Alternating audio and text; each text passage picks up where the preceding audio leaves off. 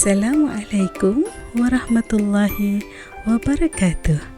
Hai murid-murid, bertemu lagi dengan Ustazah Mia, guru pendidikan Islam anda. Murid-murid, berdasarkan video yang kita telah lihat sebentar tadi, agaknya apa yang kita akan pelajari pada hari ini? Ya, betul. Kita akan mempelajari mengenai tajuk Mari Beriadah. Pertama sekali murid-murid, mari kita lihat apakah dia pengertian bagi perkataan riadah. Riadah ialah gerak badan, senaman atau segala kegiatan yang dilakukan pada waktu lapang untuk menyihatkan badan seperti bersenam, bermain dan berekreasi. Jadi murid-murid, riadah ini dalam erti kata lain adalah semua aktiviti yang menggalakkan kita menggerakkan seluruh tubuh badan kita untuk melakukan apa sahaja aktiviti yang berfaedah dan dapat menyihatkan tubuh badan kita. Jadi murid-murid, apakah dia hukum beriadah ni? Wajib ke? Sunnah ke? Ya, hukum beriadah adalah harus dan digalakkan. Jadi kita sebagai orang Islam murid-murid sangat digalakkan untuk beriadah. Seperti dalam hadis Nabi SAW yang berbunyi, An Abi Hurairah radhiyallahu anhu qala Rasulullah sallallahu alaihi wasallam, al-mu'minul qawi khairun wa ahabbu ila Allah minal mu'minid dha'if. Rawahul Muslim. Ya murid-murid, maksudnya adalah orang beriman yang kuat lebih baik dan lebih disukai oleh Allah daripada orang beriman yang lemah. Jadi murid-murid, di dalam hadis ini menyatakan bahawa antara orang mukmin yang berbadan sihat dan kuat, di antara orang yang beriman tetapi badan dia lemah, maka Allah lebih menyukai orang yang berbadan kuat dan sihat. Jadi disebabkan itulah kita sebagai orang Islam wajib untuk memelihara dan menjaga tubuh badan kita supaya kita menjadi seorang Muslim yang sihat dan kuat, kerana itu adalah yang lebih disukai oleh Allah. Baiklah murid-murid, kita telah mengetahui apakah dia aktiviti-aktiviti yang kita boleh lakukan semasa beriadah. Contohnya kita telah pun lihat di dalam video pada awal tadi. Jadi ada bermacam-macam aktiviti yang kita boleh lakukan semasa riadah, sama ada di dalam rumah ataupun di luar rumah. Jadi sekarang ini kita nak kenalah pula tahu apakah dia adab semasa beriadah. Sebagaimana yang kita tahu, setiap perkara ada adabnya, betul? Jadi kita nak tahu apakah adab-adab yang perlu kita jaga semasa kita melakukan aktiviti riadah. Baiklah murid-murid, yang pertama sekali adalah menjaga kebersihan. Ya murid-murid, jika kita melakukan sebarang aktiviti, pastikan kita tidak meninggalkan sampah begitu sahaja. Contoh, kita dah makan-makan, sampah kita jangan biarkan. Kita kena jaga kebersihan, kutip, buang sampah di tempat yang betul untuk menjaga kebersihan. Seterusnya murid-murid, yang kedua adalah menutup aurat.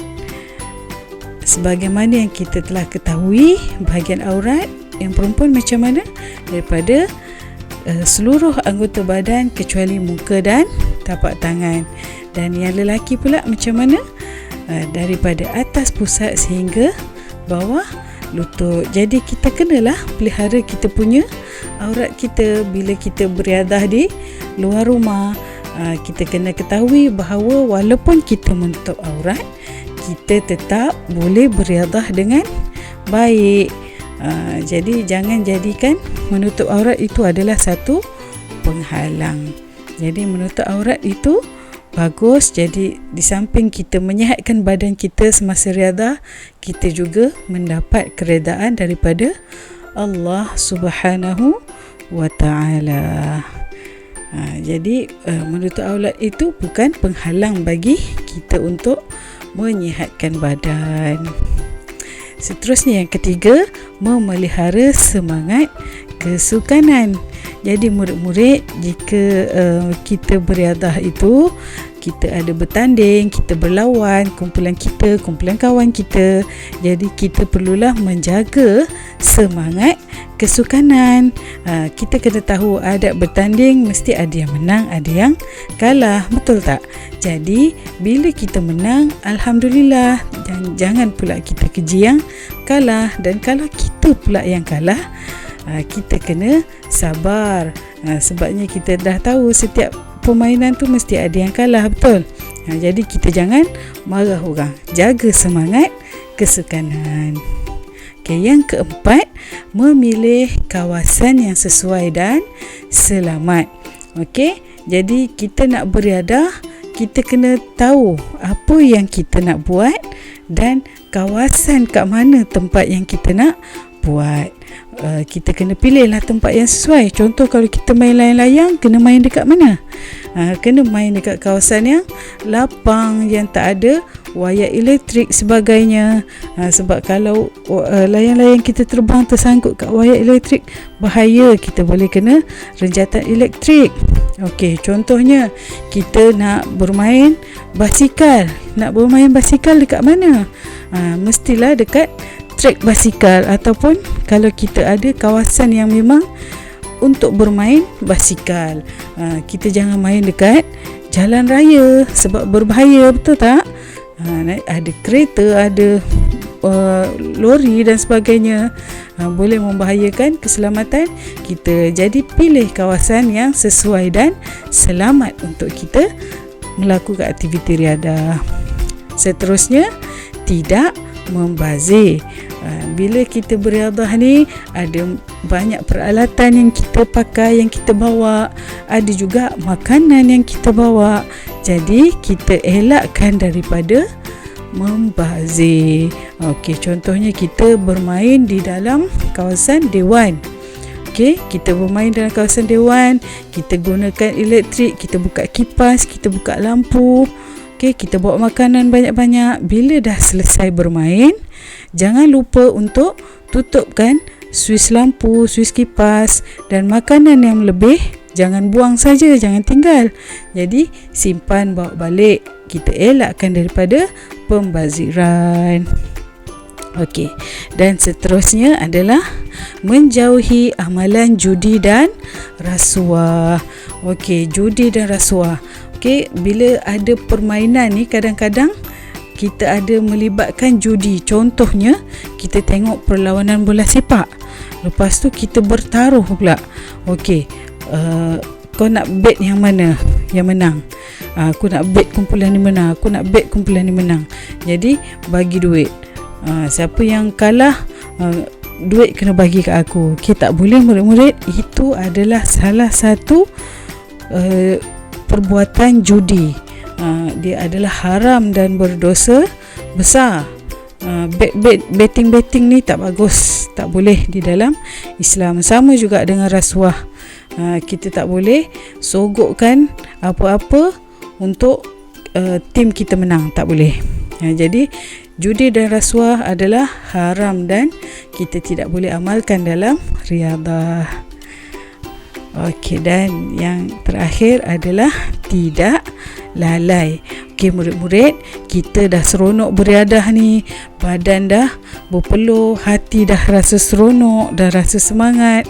Kita jangan lalai. Contoh, kita bermain sebelum asar, kita dah mula main. Kita tengah-tengah main, tengah syok-syok main, kita dengar bunyi azan asar. Jadi kita nak buat apa murid-murid? Kita nak teruskan bermain. Okey, yang lebih baiknya adalah kita berhenti seketika, kita tunaikan dulu yang wajib. Sebab solat tu wajib, betul tak murid-murid? Beriadah ni harus saja kan. Jadi kita tunaikan yang wajib dahulu, barulah kita menjadi seorang Muslim yang tidak lalai. Okey, boleh murid-murid? Dan yang terakhir murid-murid, kita lihat apakah dia kepentingan adab beriadah. Ya, apa pentingnya untuk kita amalkan dengan adab-adab beriadah yang kita telah pelajari sebentar tadi. Okey, yang pertama sekali, badan sihat dan kuat. Jika kita amalkan adab beriadah, kita rajin beriadah, maka kita akan mendapat badan yang sihat dan juga kuat. Bolehlah kita menambahkan amal ibadah kita. Okey, yang kedua, terhindar dari penyakit. Ya, jika kita amalkan adab beriadah, contohnya macam tadi, kita pilih tempat yang betul dan selamat, jadi kita akan terhindar dari penyakit. Kalau kita main juga basikal kat jalan raya, kita kena langgar, jadi kita elok-elok nak sihat, kita dapat sakit. Jadi bila kita beramal dengan adab beriadah, maka kita terhindar dari penyakit. Itu salah satu contoh lah. Okey, yang ketiga, keselamatan terjamin. Seperti Ustazah dah sebut tadi, keselamatan terjamin. Jika kita menghindari daripada pergaduhan, kita menjaga semangat berpasukan, maka keselamatan kita pun terjamin. Kita tak bergaduh, kita tak bertumbuk, jadi kita sentiasa aman damai dengan kawan kita, walaupun kita dah beriadah seronok tadi kan. Okey, seterusnya, mengisi masa dengan aktiviti yang berfaedah. Okey, kita amalkan adab beriadah tadi, kita dapat mengisi masa kita dengan berfaedah tanpa kita membuat perkara yang dilarang, seperti judi dan rasuah tadi kan. Itu perkara yang tak berfaedah, tapi kita elakkan perbuatan itu tadi, jadi kita dapat melakukan aktiviti yang berfaedah dan di samping kita dapat menyihatkan tubuh badan kita, mengukuhkan perpaduan. Okey, bila kita mengamalkan adab beriadah, jadi semangat kita, perpaduan kita dengan kawan, dengan jiran tetangga yang kita bersama-sama main itu, kita akan mengukuhkan perpaduan. Jadi kita akan lebih rapat hubungan kita dengan orang yang kita beriadah bersama-sama tadi. Dan yang akhir sekali, kita juga akan dipandang mulia oleh masyarakat.